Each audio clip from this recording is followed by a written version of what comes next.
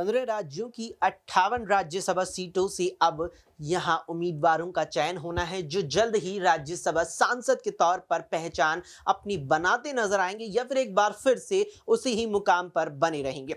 ऐसे में उत्तर प्रदेश देश के सबसे बड़े राज्य जिसमें सबसे ज्यादा विधानसभा सीटें हैं और सबसे ज्यादा लोकसभा सीटें हैं, उसकी 10 राज्यसभा सीटों पर भी चुनाव है। और जो विधानसभा का आंकड़ा है वो ये साफ करता है कि वर्तमान में जिस तरीके से करीब 272 विधायक भारतीय जनता पार्टी के पास हैं, करीब 110 विधायक समाजवादी के पास है यूपी विधानसभा में, उस लिहाज से 10 राज्यसभा सीटों में से 7 सीटें बीजेपी की होती नजर आ रही है तो 3 सीटें समाजवादी पार्टी जीतती नजर आ रही है। लेकिन अब इस पर अंकुश लगता नजर आ रहा है और सपा की मुश्किलें बढ़ रही है।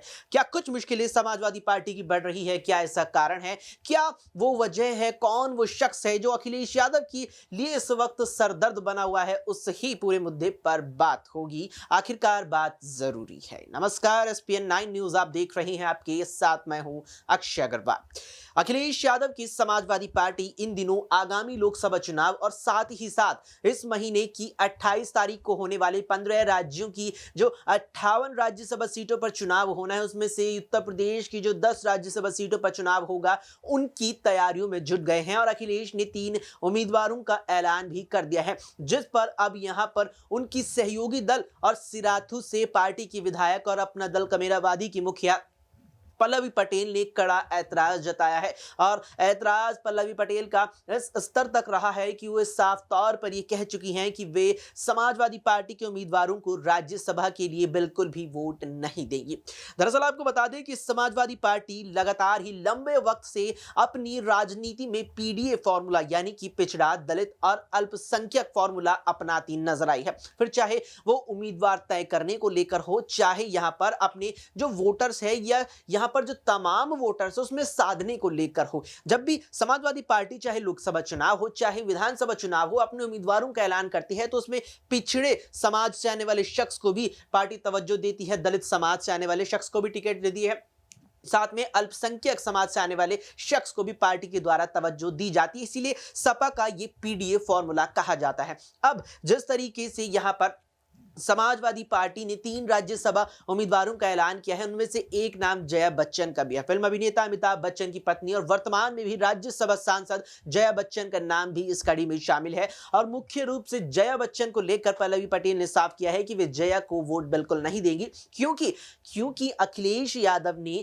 जो है पीडीए फॉर्मूले को बिल्कुल भी नहीं अपनाया। और जो समाजवादी पार्टी समाज के सभी वर्गों का हित साधते हुए, समाज के सभी वर्गों के बारे में सोचते हुए, समाज के सभी वर्गों से लोगों को मौका देती थी, अब वो केवल चुनिंदा लोगों पर ही सिमट कर रह गई है। यह बात पल्लवी पटेल ने साफ तौर पर कही है। अब ऐसे में माना जा रहा है कि पल्लवी पटेल के इस रुख से यहां अखिलेश यादव की चिंताएं बढ़ गई हैं, क्योंकि वर्तमान में जो गणित भी उत्तर प्रदेश विधानसभा का है उसके लिहाज से अखिलेश यादव राज्यसभा में सीधे तौर पर 3 सीटें जीतते नजर आ रहे थे। लेकिन अब जब पल्लवी पटेल ने समर्थन ना देने की बात कह दी है, उसके आधार पर लग रहा है कि अखिलेश यादव 3 सीटें नहीं जीत पाएंगे, क्योंकि उन्हें उतना वोट नहीं मिल पाएगा या उनके जो प्रत्याशी, उनके जो उम्मीदवार हैं, उन्हें उतना वोट नहीं मिल पाएगा कि वे जीत के आंकड़े को या जीत के एक पैमाने को पार कर जाएं। इस बीच यहां पर मुश्किलें केवल पल्लवी पटेल ने ही नहीं बल्कि उन्हीं की पार्टी के बड़बोले नेता स्वामी प्रसाद मौर्य ने भी बढ़ा दी है। स्वामी प्रसाद मौर्य ने पार्टी के महासचिव पद से इस्तीफा दे दिया और इसको भी लगभग 5 दिन हो चुके हैं। लेकिन स्वामी प्रसाद मौर्य की तरफ से भी यह बात निकल के सामने आई है कि वे भी राज्यसभा उम्मीदवारों को वोट नहीं देंगे। जी हां, जहां एक विधायक की वोट इतनी अहम होती जा रही है कि अखिलेश यादव अब इस कवायद में जुट गए हैं कि उनकी पार्टी के जो नेता जेल में बंद है वर्तमान में, उनको भी यहां आगे लाएगी और उनकी वोट भी अपने राज्यसभा उम्मीदवारों को दिलाएगी। तमाम जो कानूनी दांव पेच हैं उन्हें जानने में अब अखिलेश यादव जुट गए हैं कि आखिर जेल में बंद विधायकों की वोट किस कानून के तहत दिलवाई जा सकती है। ऐसे में समझा जा सकता है कि एक एक वोट राज्यसभा उम्मीदवार को राज्यसभा सांसद बनाने के लिए कितनी जरूरी हो जाती है। ऐसे में अखिलेश यादव को सामने जब ये चुनौतियां खड़ी हुई है पल्लवी पटेल और स्वामी प्रसाद मौर्य की नाराजगी के रूप में, ये वाकई में उसकी मुश्किलें बढ़ा सकती है। एक और जहां अब राज्यसभा के लिए तैयारी कर रहे अखिलेश को झटका लगता नजर आ रहा है, तो पहले ही एक बड़ा झटका लोकसभा के मद्देनजर लग चुका है। दरअसल जिस तरीके से उत्तर प्रदेश की 403 विधानसभा सीटों पर 2022 में विधानसभा चुनाव हुआ था, तो अखिलेश का बखूबी साथ निभाया था आरएलडी प्रमुख जयंत चौधरी ने, और आरएलडी ने सपा के साथ गठबंधन भी किया था। इसका नतीजा ये रहा था कि गठबंधन हालांकि बहुमत का आंकड़ा तो यूपी विधानसभा चुनावों में पार नहीं कर पाया था, लेकिन पश्चिमी उत्तर प्रदेश, और केवल पश्चिमी उत्तर प्रदेश ही नहीं बल्कि गठबंधन के लिहाज से भी देखा जाए तो 2017 की तुलना में दोगुनी ज्यादा सीटें गठबंधन ने जीती थी, और भाजपा को करीब 50 से भी ज्यादा विधानसभा सीटों का बीते विधानसभा चुनावों में नुकसान हुआ था। और इसमें पश्चिमी यूपी में, जिसे यहां पर किसानों और जाटों का गढ़ कहा जाता है, वहां पर जयंत चौधरी की आरएलडी ने सपा के समर्थन में बखूबी काम भी किया था। अब जिस तरीके से जयंत चौधरी समाजवादी पार्टी या कहें कि इंडिया गठबंधन से अलग हो चुके हैं, ऐसे में अब अखिलेश यादव की चुनौती लोकसभा चुनावों के मद्देनजर भी बढ़ चुकी है। इसमें एक और चीज निकलकर सामने ये आती है कि जयंत चौधरी, जिन्हें अखिलेश यादव 7 लोकसभा सीटें दे चुके थे, वे जयंत चौधरी बीजेपी के साथ महज 2 सीटों पर चले गए। जबकि आमतौर पर देखा जाता है कि गठबंधन का साथ जब भी कोई राजनीतिक दल या कोई नेता छोड़ता है, तो दूसरी जगह जब उसके पास विकल्प होता है, विकल्प उसे बेहतर चीजें यहां मुहैया कराता है, या कहें कि बेहतर वोट, बेहतर सीटें मुहैया कराता है। जबकि एनडीए ने जयंत को महागठबंधन या इंडिया गठबंधन की तुलना में कम सीट ऑफर की, लेकिन बावजूद उसके जयंत चौधरी ने एनडीए गठबंधन का रुख कर लिया। यह वाकई में अखिलेश यादव के लिए चुनौती थी।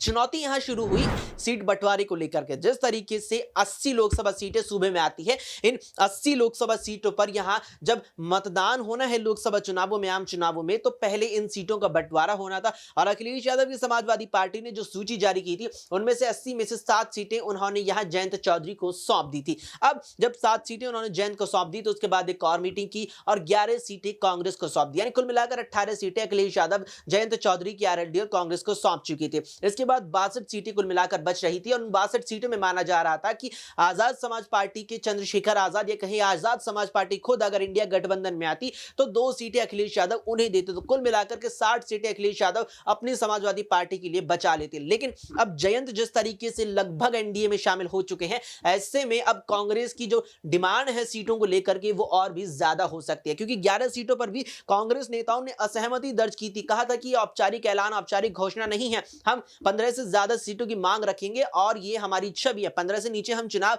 साथ में गठबंधन में नहीं लड़ेंगे। साफ तौर पर कांग्रेस नेताओं की प्रतिक्रिया थी। अब जिस तरीके से जयंत जा चुके हैं, तो कांग्रेस को लेकर माना जा रहा है कि वो करीब 25 सीटों की मांग रख सकती है, और अगर यहां समाजवादी पार्टी के सामने कांग्रेस 25 सीटों की मांग रख देती है, तो निश्चित रूप से समाजवादी पार्टी की मुश्किलें बढ़ जाएंगी। अखिलेश यादव जहां एक और वे राज्यसभा में बड़ा झटका खा चुके हैं, दूसरी ओर अखिलेश यादव को ही बड़ा झटका जयंत चौधरी के जाने से लोकसभा के मद्देनजर भी लगा है। अब यही चीज यहां पर देखने वाली है कि आगामी लोकसभा चुनावों से पहले क्या सबसे पहले राज्यसभा में धराशायी अखिलेश हो जाएंगे, क्योंकि लगभग ये चीज तय मानी जा रही थी कि 3 जो उनके उम्मीदवार होंगे, या कहें कि 3 राज्यसभा सीटें उत्तर प्रदेश से अखिलेश यादव के खाते में आ ही जाएंगी, इन्हें कोई रोक नहीं सकता। लेकिन इस सब की इतर खबर यह भी है कि जहां पल्लवी पटेल ने वोट ना देने का ऐलान किया है, तो इस सब के बीच चर्चाएं ये भी आ रही हैं कि अखिलेश यादव की समाजवादी पार्टी के ही करीब 11 से 12 विधायक ऐसे हैं जो पार्टी के खिलाफ क्रॉस वोटिंग कर सकते हैं और बीजेपी उम्मीदवारों के समर्थन में अपना पक्ष रख सकते हैं।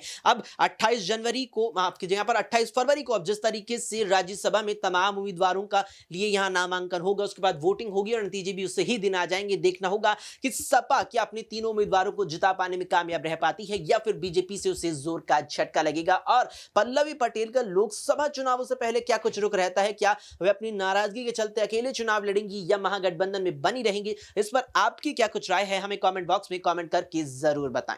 फिलहाल के लिए इस पेशकश में इतना ही। देश और दुनिया की तमाम खबरों के लिए आप देखते रहें SPN 9 न्यूज।